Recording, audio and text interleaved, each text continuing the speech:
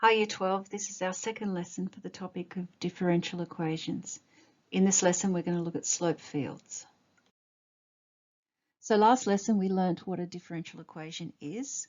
We looked at some initial value problems and then we solved some ordinary differential equations involving the independent variable. So this is where we finished last lesson. We solved dy dx is equal to x squared and we got y is equal to x cubed on 3 plus c. And then we graphed the family of solutions and noted that if we wanted a particular solution, we had to give the value of the constant c. So a slope field or direction field can be used to find the solution or solutions to a differential equation. And all it is a series of small tangent lines that show the gradient of the function at each point.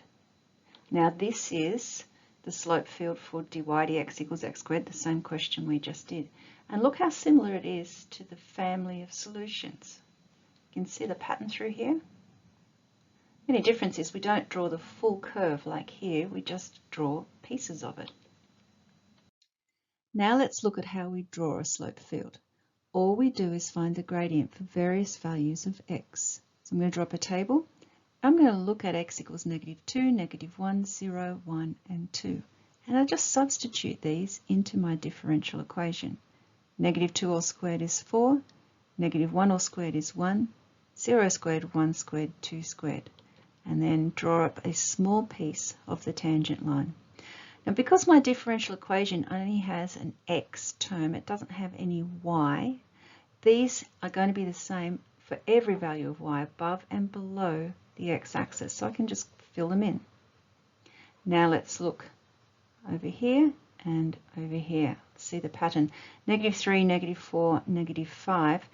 The gradient is going to get increasingly steep, both this side and this side. So I'm just going to fill this in by making the gradients get closer to vertical the further out I get. And there's our slope field. Now, if we're given a slope field and asked to draw a particular solution through a given point, try to keep parallel to the tangent lines and if possible, don't cross these tangent lines. So you can see here how I've tried to keep the same gradient, I haven't been terribly successful, as the tangent lines and tried not to touch them or cross them and then coming up through here. It is only an approximate solution.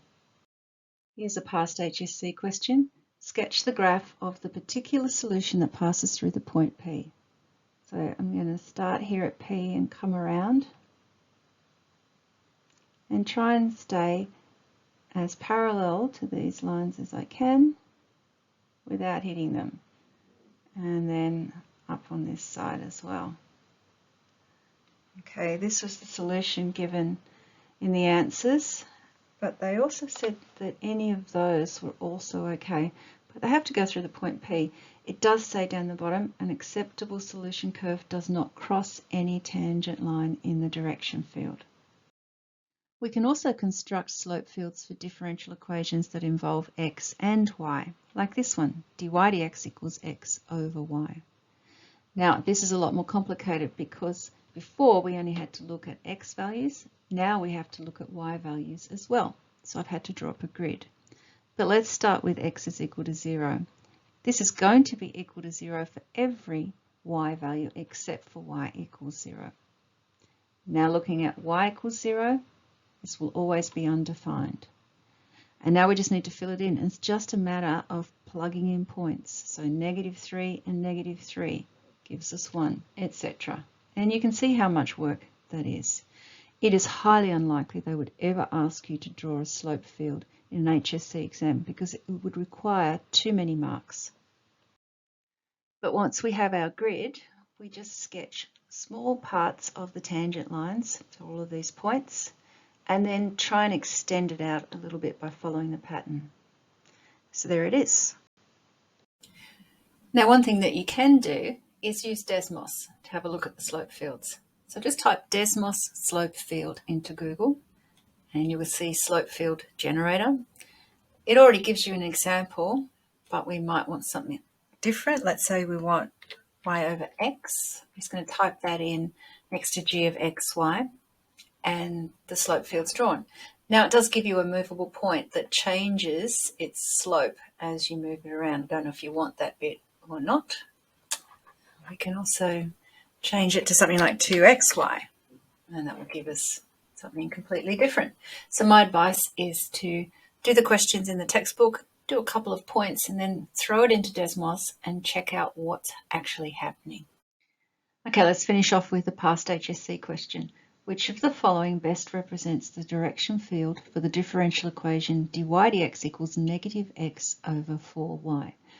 Now what you've got to do here is just pick some points and try and eliminate. So if I pick the point 1, 1, I can see it has a negative gradient, negative gradient, negative gradient, positive gradient. So putting the point 1, 1 in, I get negative a quarter, so it's not D. Now, if you choose wisely, I didn't particularly, you can probably eliminate them a little bit more quickly. Let's try the point negative 1, positive 1. So that's going to give us 1/4 positive. So positive, negative, positive. It's not B.